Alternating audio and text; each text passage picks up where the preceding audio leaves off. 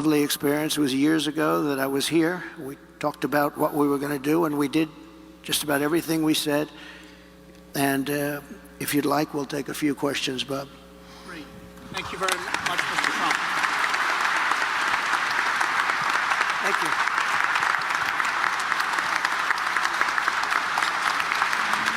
Thank you very much.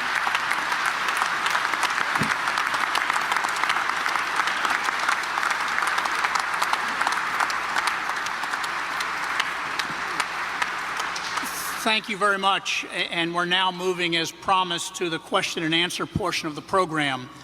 Our four very able questioners today are H. Rajan Cohen, the Senior Chair of Sullivan & Cromwell, Sander Gerber, Founding and Managing Partner, CEO and CIO of Hudson. These are the real voters, you know what I'm saying?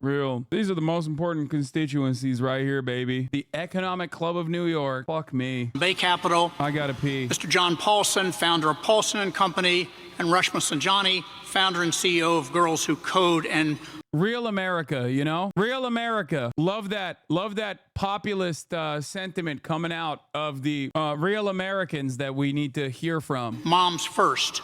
We're going to go in alphabetical order, and therefore, Raj, you have the first question. Thank you, Bob, and thank you, Mr. President. Thank you.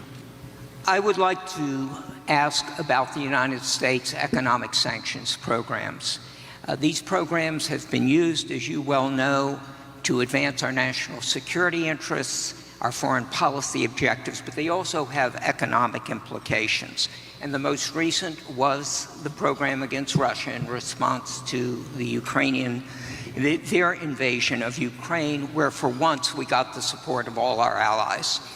So my specific question is, would you strengthen or modify any of these economic sanctions programs, particularly Russia, including the pipeline you mentioned?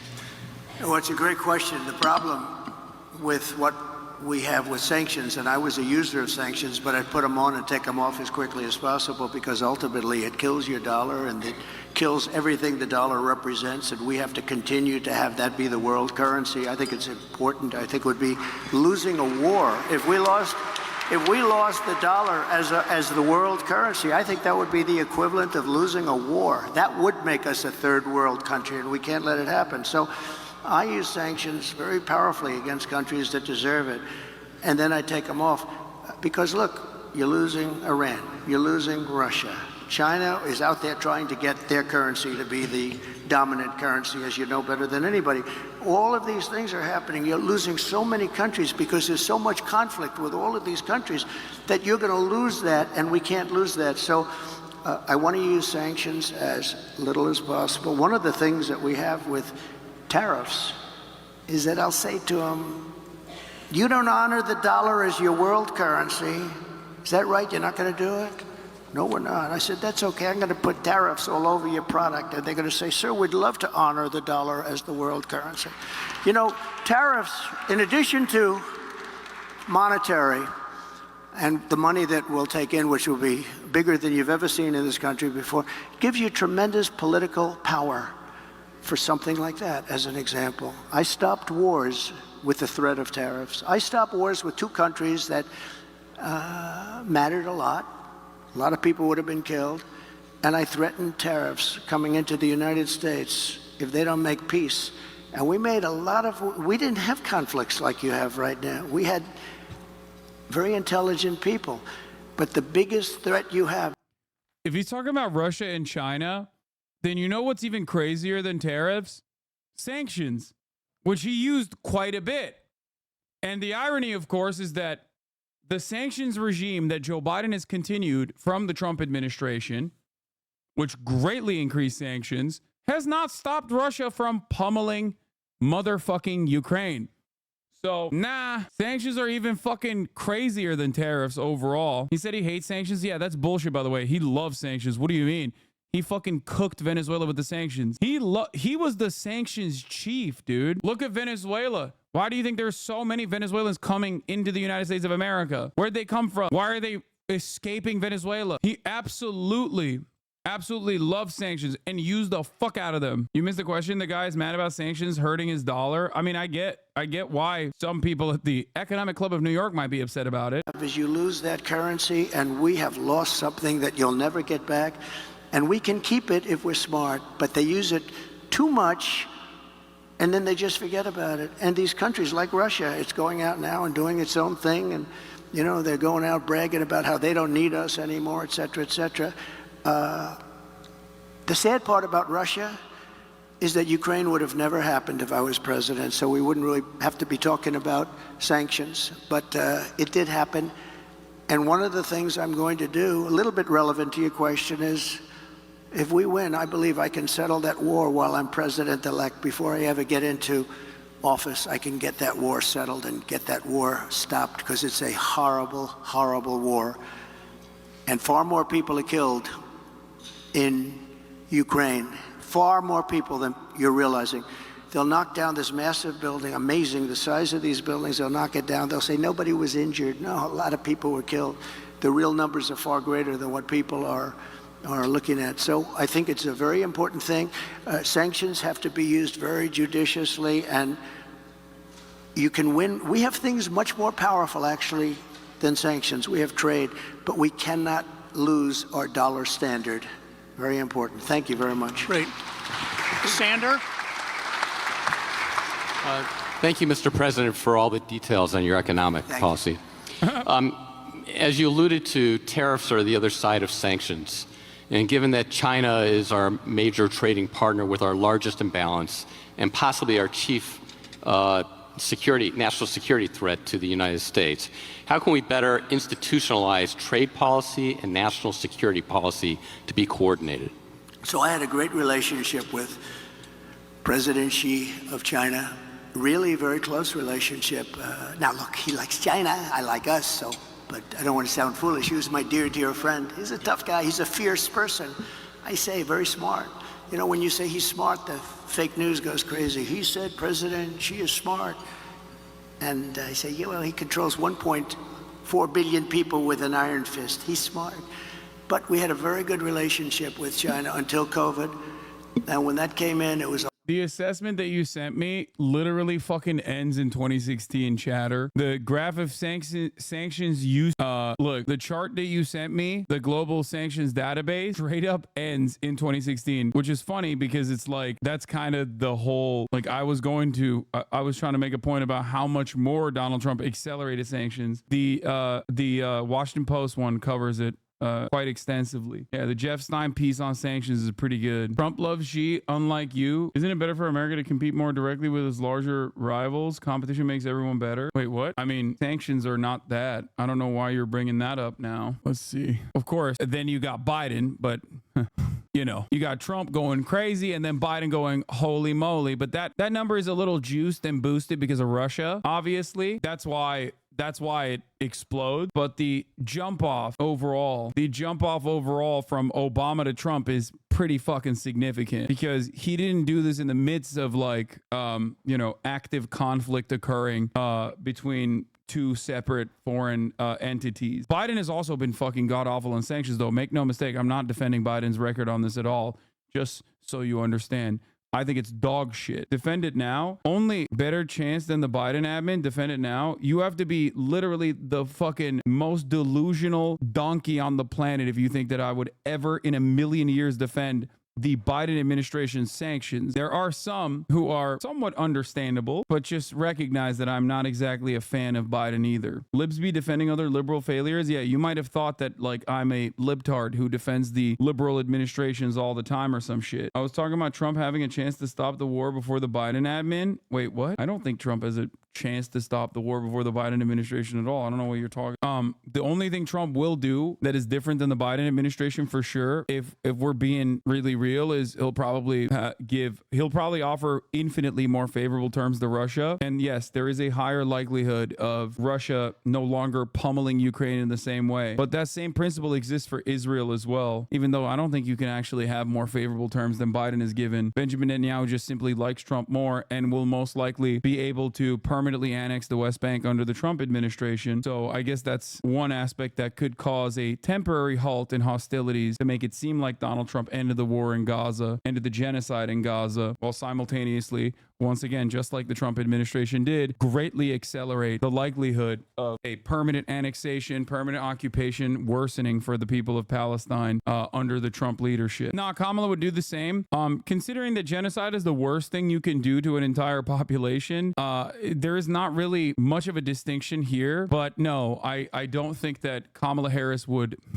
I don't think that Kamala Harris would be an advocate for the permanent annexation of the West Bank, whereas Trump, I do believe, would be, for the record. Not that it fucking matters in the current calculation, because the current calculation is genocide. Yeah, sure, but I mean, look no further than prior liberal administrations, guys. What are we talking about? What are we talking about? This is not a defense of like Kamala Harris, even a little bit. My analysis is never going to my analysis is not going to be different here. Okay, I'm always going to be honest with you. I'm even coming to the recognition here that like in order to like facilitate an immediate ceasefire, Benjamin Netanyahu might play ball with Donald Trump with all of the extra amenities that Trump will offer Benjamin Netanyahu down the line, potentially over Kamala Harris. Joe Biden is unique in terms of like how much of a dick rider he has been for Israel in terms of former liberal administrations. If you're going to look at this seriously, Barack Obama was technically less favorable to Israel than even other liberal administrations overall. They've still played the same song and dance all the way from Bill Clinton onward in terms of like defending Israel, lying at the behest of Israel, changing the public sentiment in an effort to make it seem like Israel wasn't always the ones ruining negotiations and it was actually the Palestinians that were ruining the negotiations, blah, blah, blah. But overall, there are certain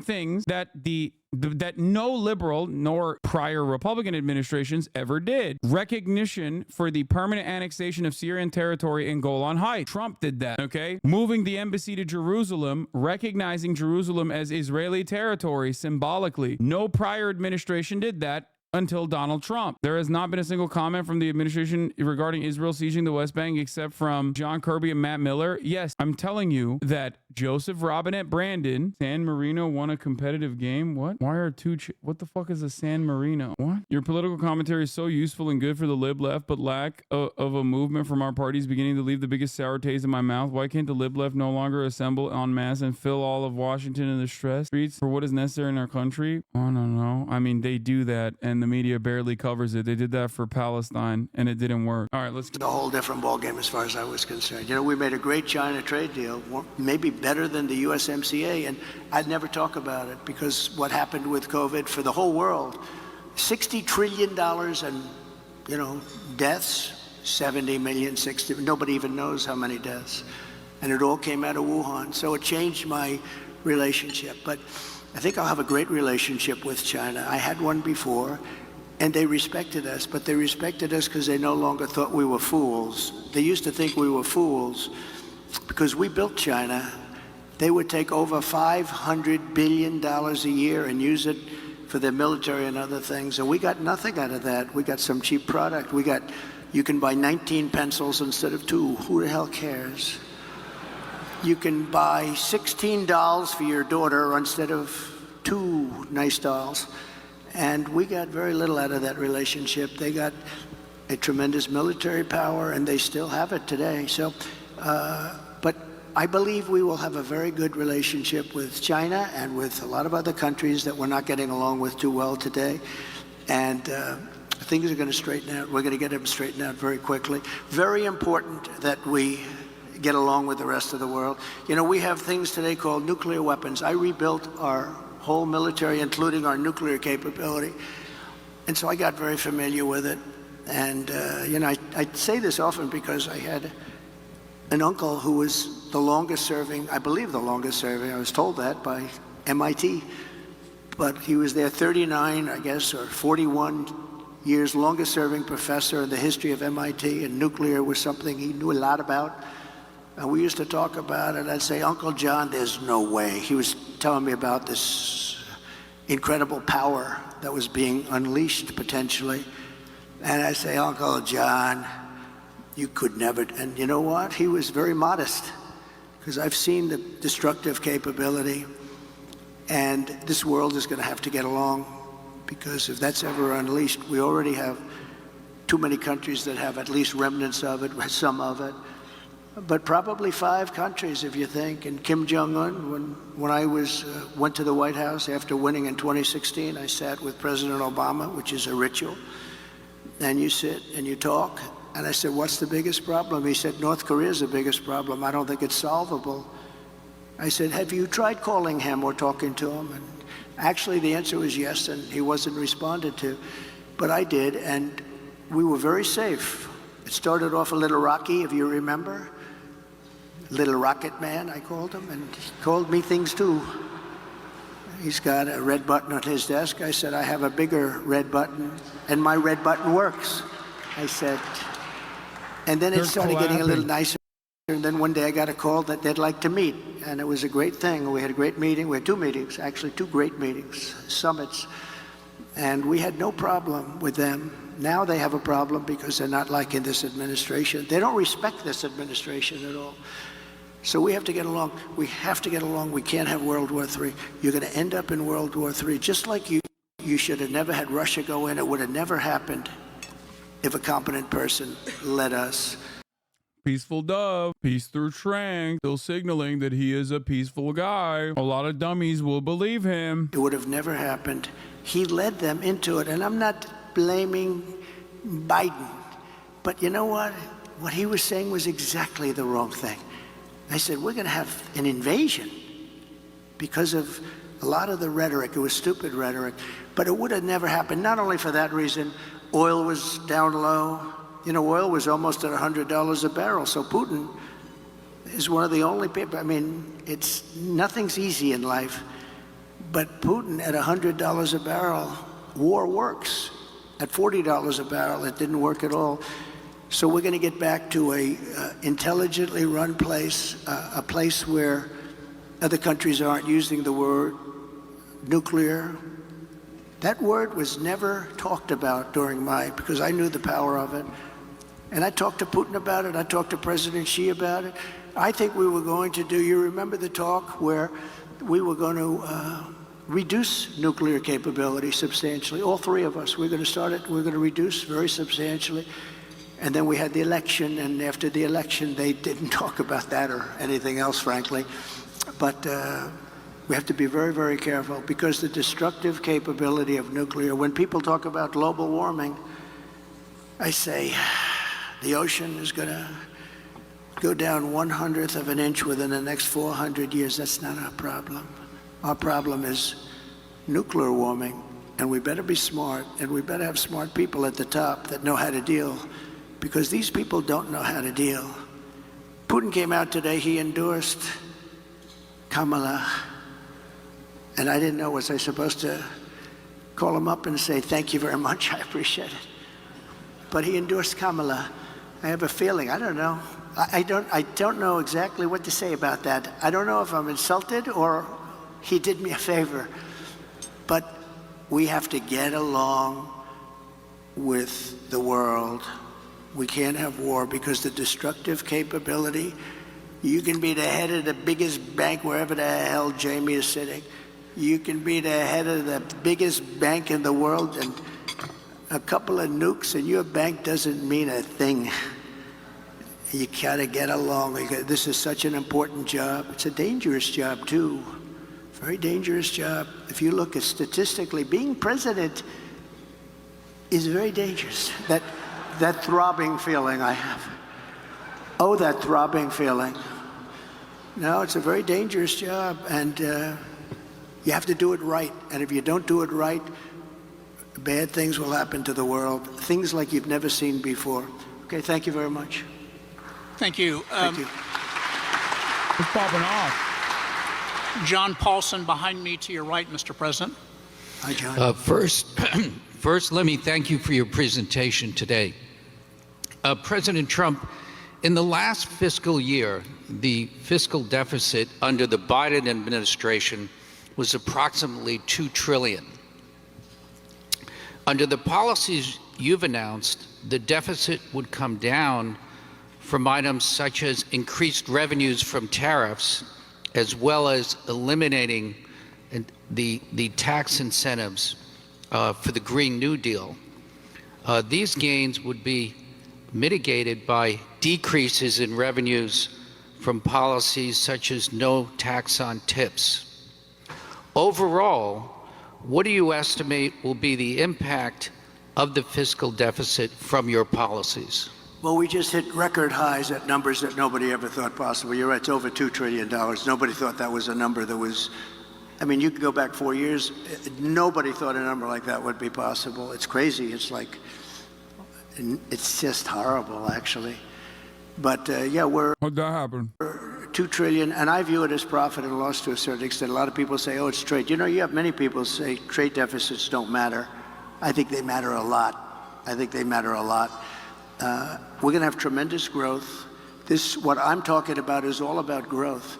The tax is relatively minor compared to the growth. We're going to make our money back on growth. We're going to also, we're going to grow like nobody's ever grown before. I think if this all works out, you're going to have the auto industry come back to America. Right now, China is building 2 auto factories in Mexico, massive auto factories. And they think they're going to make their cars in Mexico and send them back into the United States with no tax. It's not going to happen. Under this administration, it's going to happen.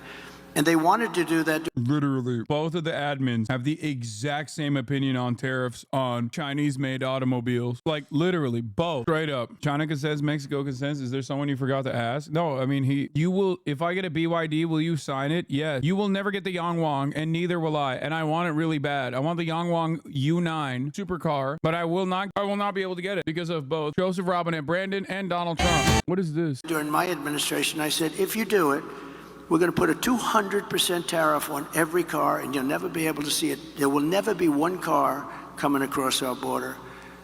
And if I would have let them do it, we would have had these 2 factories. Well, now they're building massive factories, more than 2, and they're going to kill Detroit. And the head of the union, the United Auto Workers in Detroit, has done a terrible, terrible job, just a terrible job.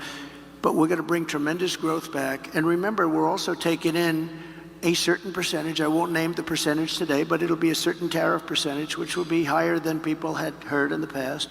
And we will be bringing in billions and billions of dollars, which will directly reduce our deficits. Okay? Thank you very much. Good job you've done, by the way. Very good. Thank you. And the final question, Resma, is to you. Thank you. President Trump, you talked about how the increase in the price of food, gas, and rent is hurting families. But the real cost that's breaking families' backs and preventing women from participating in the workforce is childcare. Childcare is now more expensive than rent for working families and is costing the economy more than $122 billion a year, making it one of the most urgent economic issues that is facing our country. In fact, the cost of childcare is outpacing the cost of inflation, with the majority of American families of young children spending more than 20% of their income on childcare. One thing that Democrats and Republicans have in common is that both parties talk a lot about what they're going to do to address the childcare crisis, but neither party has delivered meaningful change. If you win in November, can you commit to prioritizing?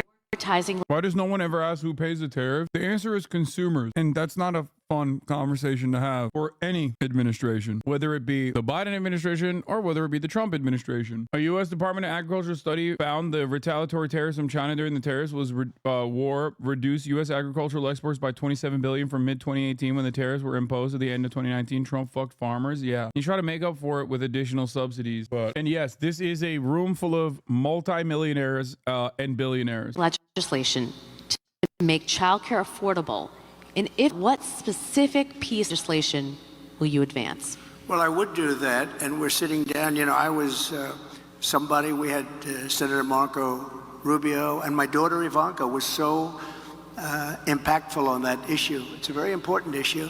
But I think when you talk about the kind of numbers that I'm talking about, that, because look, childcare is childcare. There's something, you have to have it. In this country, you have to have it. But when you talk about those numbers compared to the kind of numbers that I'm talking about by taxing foreign nations at levels that they're not used to, but they'll get used to it very quickly. And it's not going to stop them from doing business with us, but they'll have, a very substantial tax when they send product into our country.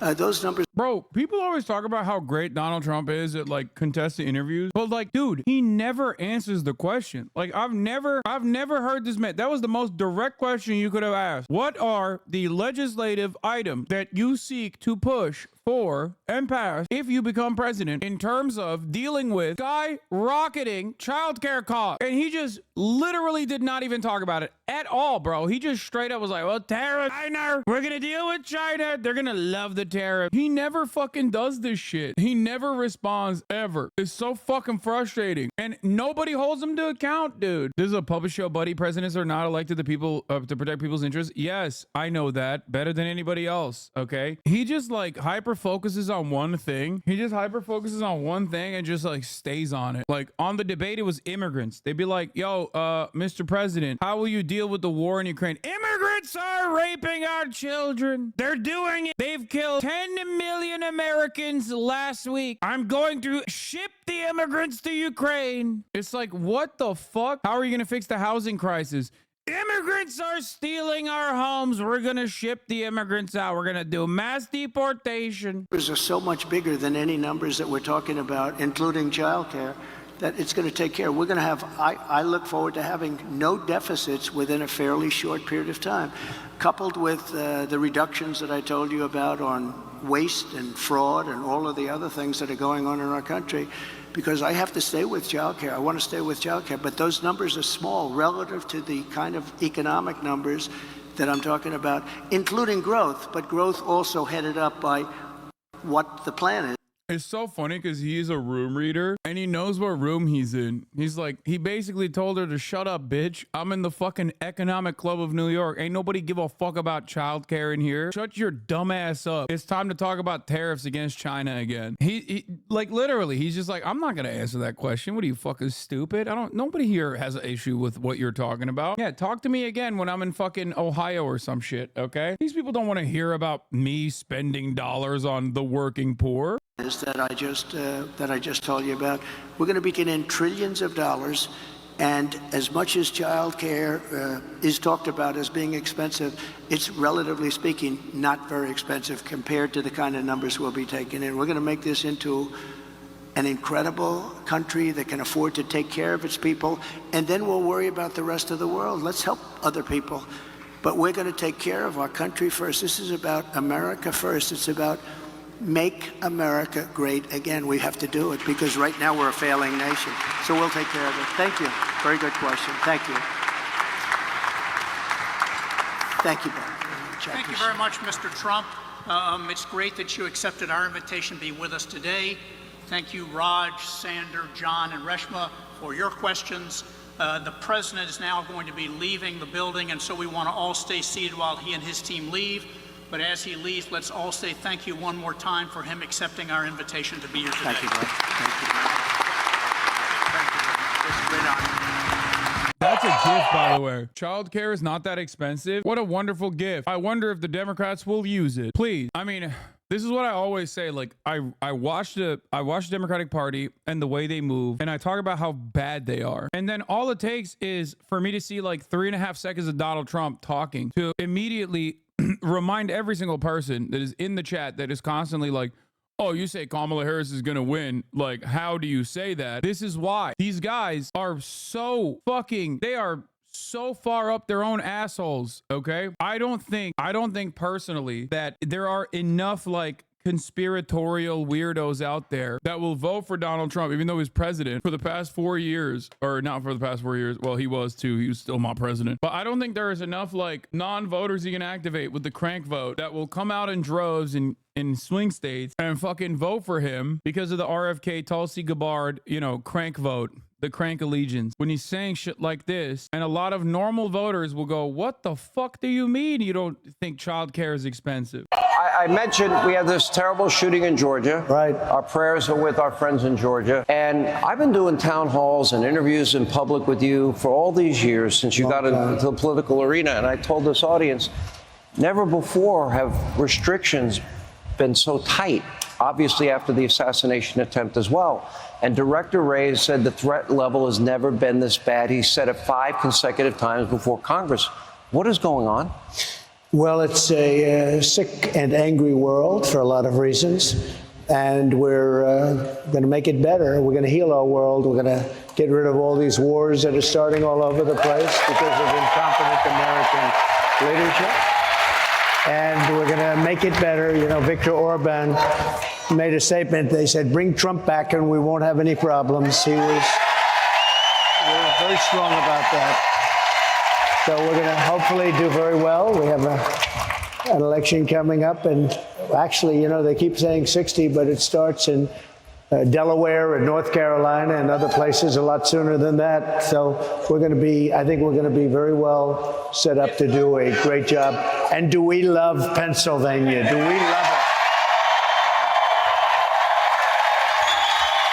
I will never get over the Viktor Orban mention. Like, dude, it's such a funny thing to say. It's his version of like, we did NATO. Like, I know that like the Republican Party through its like media apparatus has done a shit ton to hype up Viktor Orban, right? Like he's a known entity. He's not like some rando. But even then, incredibly funny to just be like there is no, like the equivalent would be, like I said, Joe Biden talking about like fucking the leadership of Estonia. Like who gives a fuck about Viktor Orban, man? You are benefiting him more than you are benefiting your campaign every time you fucking mention him.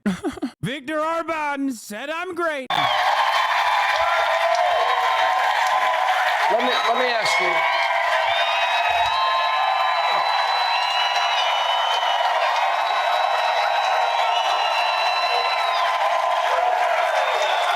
Mr. President, let me ask you this. Between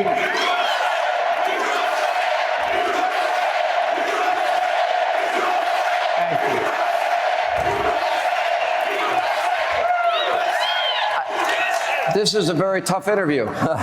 So we have all of this. Now, let me talk about, in 6 days, you will have probably your only opportunity to debate Kamala Harris. Yeah. Chatter, shut the fuck up. I already ran the ad break. Don't come in here with this bullshit. If I vote instead of George Stephanopoulos' network that I get to moderate the debate. Just saying. Okay. But I have ABC to say, though, is not. John, ABC is the worst network in terms of fairness. They had a poll where I was 17 points down a couple of days prior to the election. I was 17 points down in Wisconsin. And they do that so people don't vote because, you know, hey, I love Trump, but he's 17 points down. I'm not going to go out and vote.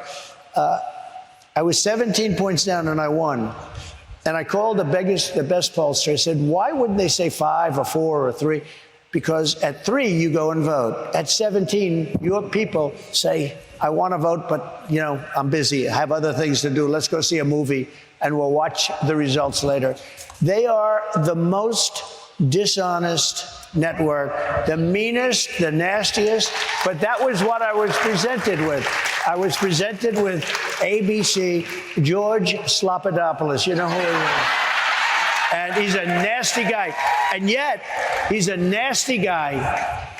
I've had him up to here. But let me tell you, he's a very, very bad... Dude, the Barbussies are quaking right now. I'm sorry. He's got every Deborah in the building so goddamn wet. I just heard them. They're fucking going feral. Look. Yet, he's a nasty guy. I've had him up to here. But let me tell you, he's a... I love you, Mr. President. I want you to carve out my Barbussie. Marry me, Mr. President. Wow. Very, very bad kind of a guy. But I watched his interview of Joe Biden. It was like the softest interview I've ever seen. It was softer than the CNN interview of Kamala. But they're very nasty. And I think a lot of people are going to be watching to see how nasty they are, how unfair they are. I agreed to do it because they wouldn't do any other network. The other thing is, her best friend is the head of the network. Her husband's best friend is married to the head of the network. And they're going to get the questions. I've already heard they're going to get the questions in advance. They even have Donna Brazil. Remember Donna Brazil? She gave Donna Brazil. She's the real beauty. Donna Brazil. She gave Hillary Clinton the questions. You remember that? And she works for ABC, and she's at the round table talking about the debate. So we're going to watch very closely, but you're not allowed to do it. We even have a clause in the contract. You can't give them the questions, but I'm not sure it's going to help her that much, though. I think you might give her the questions and give her the answers with the questions. I'm not sure it's going to help her. I don't know. All right, now, so unlike Kamala Harris, our time is actually up. However, we're going to let Dave McCormick ask the first question, and we're going to air that not tonight, but tomorrow night. He always does this, you know. I do. Our time's up, but you know what? Let's make two. Fighting inflation is one of our... Donald Trump, Kamala Harris has no idea what she's doing and will cause a depression. These sitcom ass laughs, bro. What am I hearing? Dog, what you are hearing is like real American voters, okay? Those are actual people who are going to go out and vote. What you're hearing are the American fascists, okay? The fucking suburban warriors, the people who are ride or die, deeply invested in the MAGA cause. YouTube comments, I mean, those are ironically the people who write the YouTube comments. Let us become unburdened by what's been by voting for Trump. Trump fans, Janet Johnson. Sorry, Harris not getting my vote. Can't afford your tax plans. Like, dude, there is 0% chance that you are going to be taxed a single fucking penny more. You are a random username on YouTube. It's got to be a bot. Our administration's top economic priorities.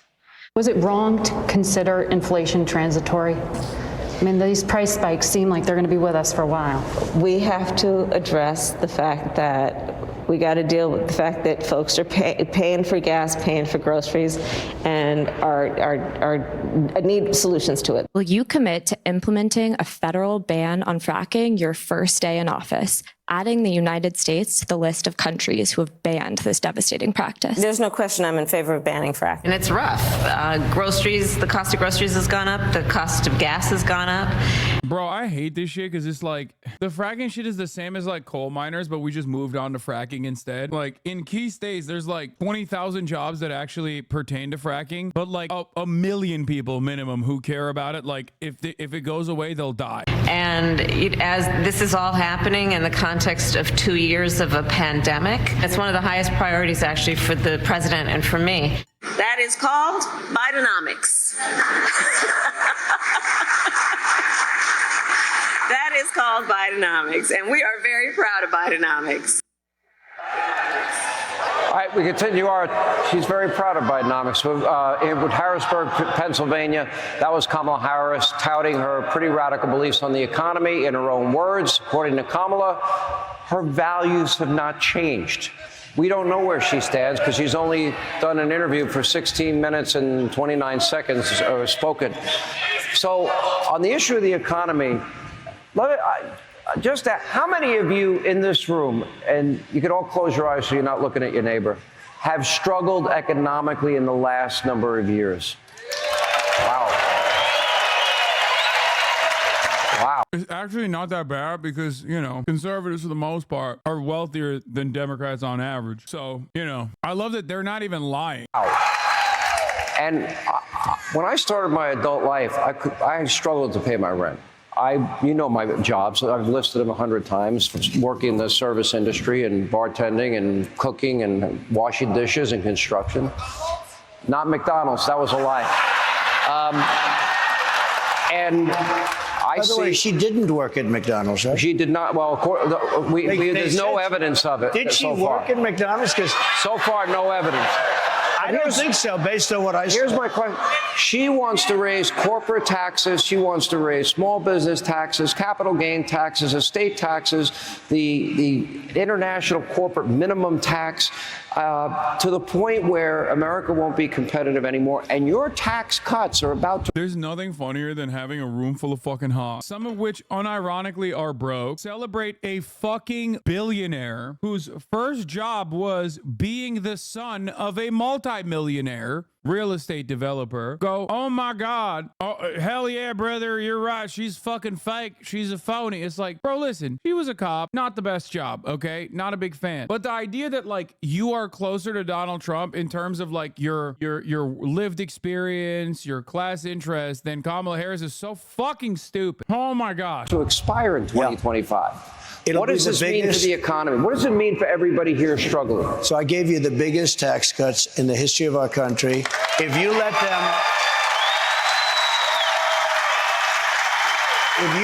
the Trump tax cuts expire, which she wants to do, she wants to terminate them.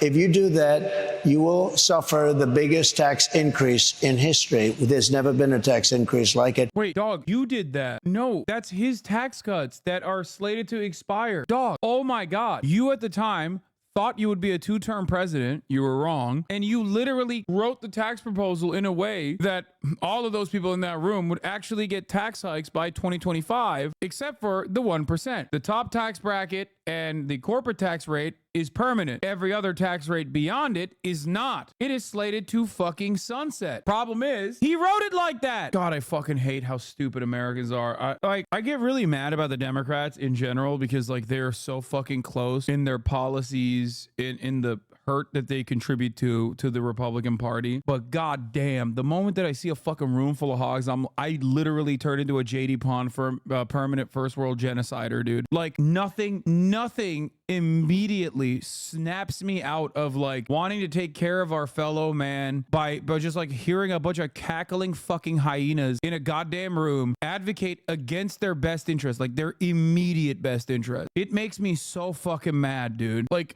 hey Hasan, have you tried not complaining? Good one, dude. You fucking did it. Good one. I'm a political commentator, dude. This is what I'm doing, okay? I'm serious. Like, it just, all of the complaints does not equal commentary. What? Anytime someone says something, anytime someone in the chat says the dumbest thing you've ever heard, there is going to be a dumber bitch that goes, exactly. That guy is right. No matter what. Anyway, very, very frustrating stuff to see like a bunch of modern American fascists just sitting around in a room and being like, hell yeah, Mr. President, I don't want my taxes to be increased. It's like, it did. Okay, it did. My first chat, he calls me out, typical cringe. Yeah, well, don't say something cringe then. The good man, Jack. Fuck you mean? On top of which, she wants to add a lot of tax. This country will end up, and I've said this a lot, and I mean it. This country will end up in a depression if she becomes president, like 1929. This will be a 1929 depression. She has no idea what the hell she's doing. What if unrealized capital gains taxes were implemented? What would she that wants do? to do that. This is where you have something, you don't even know what the value is. I tell you what, if that's going to happen, go out and open an appraisal company because you're going to make a fortune. That's about the only group that's going to make it, and accountants. It is the craziest idea. And remember this, very rich people and big international corporations, they don't have to stay in the United States. And they will be forced to leave for other countries. They can't afford to do a thing like that. They may have great wealth and no cash, and they're going to have to pay cash. Where are they going to get the cash? If they do that, the unrealized capital gain, it's been talked about for a few years by ultra-left Marxists only. Like her father's a Marxist. Her father's a Marxist teacher of economics. Can you believe this? But if that happened, this country, and I think forgetting about that particular, she's got a lot of things that are just as bad. If she gets in, I think we will have a depression, 1929 style depression. That's what I think will happen to our country. Already they've set us on a path. What about price gauging, as she calls it, or gouging? Well, she called it gauging. And what if they implement that and then price controls? Yeah. That's been tried in many times. The former Soviet Union, Venezuela, even in this country in the 70s, it was a disaster. Yeah. Every time it's been tried, no matter over hundreds of years, not just over hundreds of years, price controls, you end up with no product, you end up with massive inflation, and you end up with the destruction of a country. How does this impact? How do high interest rates impact? How does inflation? Communist Richard Milhouse Nixon, just so you remember. Okay, you need to remember something. This motherfucker said this. And what's really funny about it is currently polling at 83%. Can impact everybody that's here. Well, they can't buy a home. They can't do anything. Your business is stopped up. You can't borrow money. And by the way, I had interest rates at 2%. Now they're 10%, but you can't get the money. You can't get the money. There's no money available. Like, dude, what are you saying, brother? I mean, like, half of these fucking people are just clapping for no fucking reason, okay? Oh my God, the benefits of the interest rates. Like, I mean, I guess every American is in debt, so I guess interest rates do factor into their lives. It doesn't necessarily mean anything in terms of like how much more significant it will be for corporations in general. But like, how do you respond to the claims that price control doesn't work? I don't know. I mean, just say it does. It's not even price control. We already have price control. I hate this conversation. The United States of America has price control. Okay, anybody that says it doesn't does not know how agribusiness works. Oh, we literally have price control in the form of subsidies, and it still doesn't fucking matter. Like they still farm it out regardless. So 10% is right. You know, if you can't get the money, 10% is not the right number. It's got to be much more than that. You can't borrow money to buy a house now. We did a good campaign, but the next time we had something special, we could talk about what we did, but we never could imagine we'd have borders where 20 million people have poured into our country. Many criminals from all over the world are coming into our country. They're coming from jails, from not just South America. I understand why corporations can't leave the U.S., but why can't super wealthy individuals with their money? I don't know if you know this, but we're the goddamn United States of America. You do realize there's a shit ton of things that the American government could do that just refuses to do it outright, okay? And I'm not talking about like the tax havens that already exist within the United States of America. I'm talking like, oh, I'm sorry. Are you taking your money away? Are you taking your assets away, dude? They saying on X that Al Jazeera was paying you on the low. Next time, watch out before you come for the Beanie Club. Al Jazeera was paying me on the low. I fucking wish, dude. I freaking wish, dog. What the fuck? I don't know if these guys understand this or not. But no, I'm not being paid by Al Jazeera. I wish I was. And I would stand by that fucking decision regardless because they do phenomenal fucking work in terms of covering the genocide in Gaza. Anyway, let's get back to it. America from all over the world. They're coming in at levels that no. He's joking. No, I know. I did work for a company that turned into Al Jazeera. I mean, Al Gore literally sold current media to Al Jazeera, like the TV channel. And a lot of the employees, many of which were my co-workers, then ended up working for Al Jazeera Plus and AJ America. It's also a very good company in general. I'm a straight up fan. Nobody's ever seen. They're coming. Just don't ask him about, you know, Qatar related politics. From prisons, they're allowing prisoners to come out of all countries. They had almost 180 countries represented over the last number of months. 180. Most people don't. Anyway, we were talking about, by the way, that was Connor. He was joking. But the thing that I was going to talk about is like, we are the American government, okay? We are the American government. The reality of the matter is there are many different ways that you can force motherfuckers to pay their tax, okay? Strip them of their assets, seize it, arrest them for tax evasion. No. Stop trying to get me to vote for Kamala. Definitely a top 10 use of the without evidence crutch. Former President Donald Trump, in a speech Thursday to Jewish Republicans, repeatedly denigrated Jewish Americans who vote for Democrats and warned without evidence that Israel will no longer exist if Vice President Kamala Harris becomes president. Oh, one can only wish, dude. Kamala Harris will dismantle the Zionist entity piece by piece. You can say bye-bye to the apartheid. That's what they're calling it, folks. I've learned a lot. Couldn't the government just say we're going to sanction you if you try to evade your taxes and engage in capital flight? Yes. You said you would get a tour bus to door knock for Harris, right? I did say that, except Kamala Harris did not say that. If she did, I would. I don't know that you have that many countries. They're emptying out their prisons and jails. They're emptying out their mental institutions and insane asylums. They're emptying out the sickest people, and they're emptying all into the United States. And you said it better than anybody. More terrorists have come into the United States in the last 3 years than I think, probably 50 years. There's never been anything like it. These people are so bad. They're so dangerous. What they've done to our country is they're destroying our country, and we can't let this happen.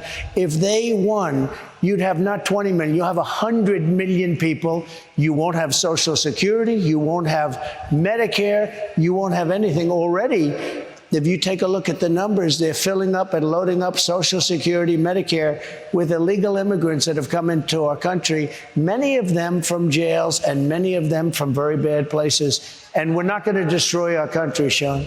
I'm going to play Kamala Harris and the comments that she has made about the border, because I think this is important. I want to play her in her own words about this. You're right.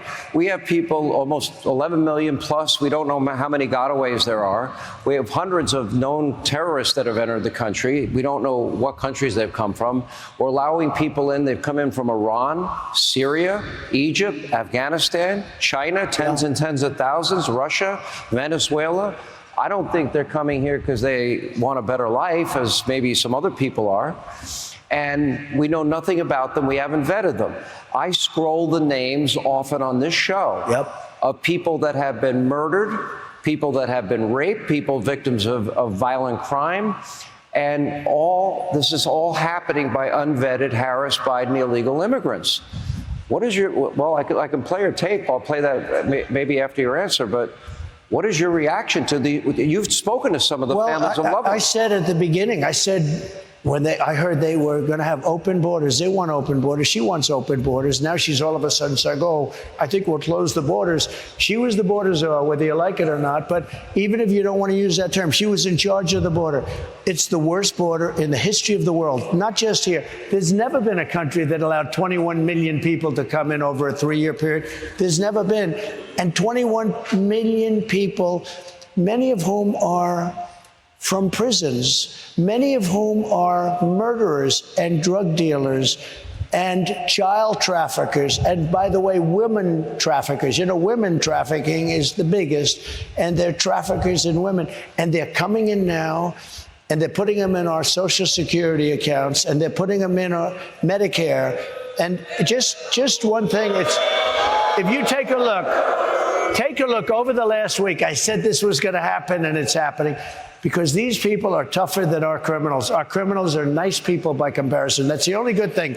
We're showing how nice our criminals are. What the fuck? They came from 22 people recently came from the Congo in Africa. Where do you come from? Prison. What did you do? It's showing how nice our prisoners are. It's showing how nice our criminals are. It's such a funny dude. What are you saying, dude? Like he's dude, he literally is just like two things. One, also, Jason from Vancouver, thank you for the 5 gifted subs. 2 things. One, like, I do legitimately now believe firmly that when he says asylum seekers, I think he means like insane asylum. And two, I also think he meant like when he talked about like black jobs, he was being a racist. He was like talking about crime. He's like, they're coming to steal the black jobs, which I believe are crimes, criminal jobs. They're stealing jobs from our domestic criminals. Okay, I think that's what he's talking about. Straight up. We refuse to say, we're letting everybody in. We're letting everybody in.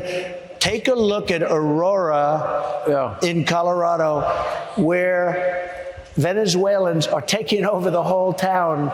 They're taking over buildings, the whole town. And the sheriff, who can blame them? I mean, they have AK-47s. You saw it the other day. They're knocking down doors and occupying apartments of people.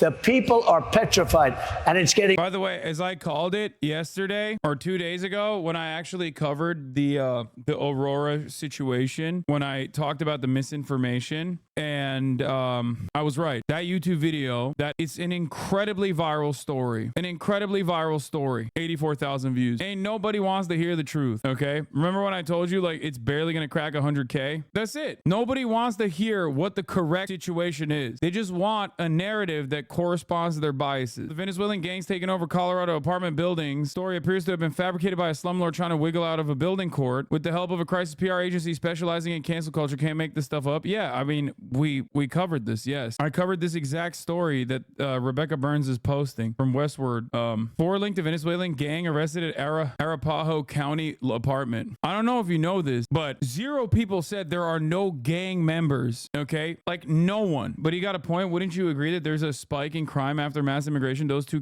have to be connected. No, you fucking idiot. Crime is lower than it has been historically. You fucking dumbass! Shut the fuck up! There's a spike in mass immigration and crime is lower than it's ever been! Fuck! Oh!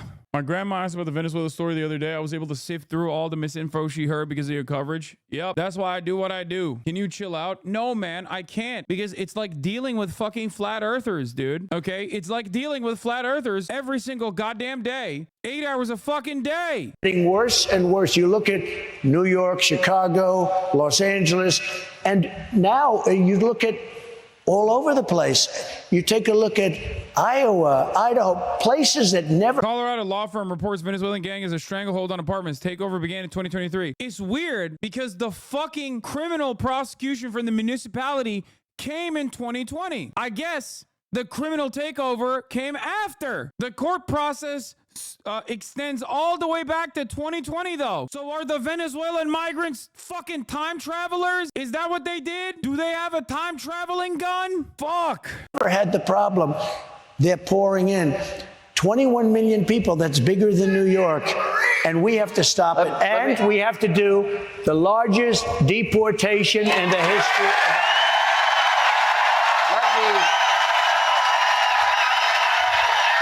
Now, you just... It's crazy because it's just completely made up. The crime narrative being tacked on to migrants is a complete fabrication. Complete fucking fabrication. And when there's no actual counter narrative that literally explains the truth, you have a whole bunch of dudes cackling for mass deportation and concentration camps. And the Democrats are like, we'll just do concentration camp light. Heard Kamala Harris, our country's failed border czar, talking about...